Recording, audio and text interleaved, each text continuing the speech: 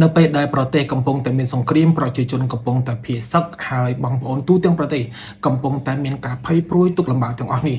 ហេតុអ្វីបានជាអ្នកលក់អនឡាញនៅតែបន្តការផុសលក់មានទាំងការ live ហើយនៅមាន promotion ផងដែរទាំងអស់នេះគឺជាហេតុផលមួយចំនួនហេតុផលទី1វាជាប្រភពនៃការដែលយើងរកជំនួយនៅពេលដែលប្រទេសកើតសង្គ្រាមភ្លាមទូនាទីរបស់បងប្អូនកងទ័ពគឺទៅជួបមុខហើយទូនាទីរបស់ប្រជាជនរបស់យើងនៅក្នុងតំបន់ដែលកំពុងតែមានបញ្ហាដែលគេហៅថាតំបន់ក្តៅគឺធ្វើការភៀសខ្លួននៅពេលដែលគាត់ធ្វើការភៀសខ្លួនគាត់បាត់បង់ទ្រព្យសម្បត្តិរបស់គាត់មិនថាគាត់បាត់បង់ពេលវេលាបាត់បង់សត្វរបស់គាត់បាត់បង់ផ្ទះសម្បែងរបស់គាត់ហើយក៏មានការភ័យព្រួយជាមួយនឹងអ្វីដែលនឹងកើតឡើងផងដែរ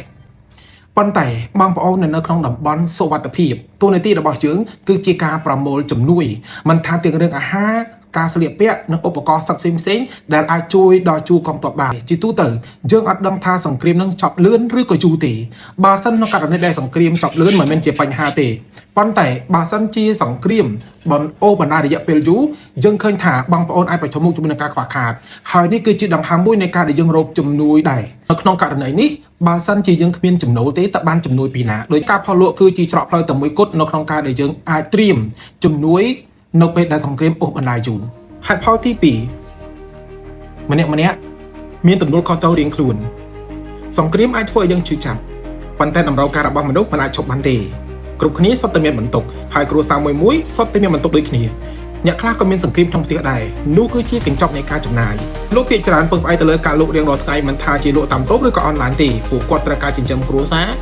ប៉ាម៉ាក់ឬក៏យាយតាដែលត្រូវរងបន្ទុកបង់ថ្លៃផ្ទះបង់ថ្លៃសាលាការធនាគារនិងថ្លៃរស់នៅប្រចាំថ្ងៃផ្សេងទៀតហេតុផលទី3ការផុសលក់មិនមែនជាការមិនខ្វល់ពីសង្គមទេ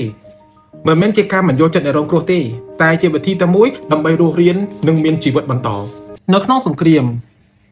បងប្អូនភាគច្រើនត្រូវបាត់បង់ការងារប៉ុន្តែអនឡាញគឺជាផ្លូវតែមួយគត់ដែលអាចធ្វើឲ្យយើងរស់រានមានជីវិតបានសង្គ្រាមហាងបានបិទផ្សារក៏បិទហើយផ្លូវមួយចំនួនអត់មានសុវត្ថិភាពហើយអនឡាញជាមធ្យោបាយតែមួយគត់ដែលគាត់អាចរកចំណូលបានដោយមិនបាច់ចេញពីផ្ទះហេតុផលទី4ទោះបីជាមានសង្គ្រាមក៏ដោយប៉ុន្តែមនុស្សនៅតែត្រូវការអាហារត្រូវការរបស់ប្រើប្រាស់ត្រូវការថ្នាំពេទ្យហើយអនឡាញគឺជាផ្លូវតែមួយគត់ដែលគាត់ត្រូវការក្តីសង្ឃឹមតូចៗពីការលក់ដូររបស់គាត់សរុបមកវិញនៅក្នុងសង្គមមួយនៅក្នុងជាតិមួយនរណាក៏ស្រឡាញ់ជាតិរបស់ខ្លួនសាសរបស់ខ្លួនប៉ុន្តែម្នាក់មានបន្ទុករៀងខ្លួនយើងក៏មានការជឿចាប់យើងក៏មានក្តីស្រឡាញ់ដូចគ្នាប៉ុន្តែភារៈយើងត្រូវតែធ្វើដើម្បីជីវិតរស់យើងត្រូវតែប្រឹងគ្រប់គ្នាអាចជឿចាប់ពីសង្គ្រាមប៉ុន្តែគ្រប់គ្នាមិនអាចឈប់រស់រានបានទេខ្ញុំសង្ឃឹមថាបងប្អូនដែលបានមើលវីដេអូមួយនេះបើសិនជាមានមតិយោបល់ណាមួយសូមធ្វើការ comment ដោយក្តីគោរពនិងវិចារណញ្ញាណ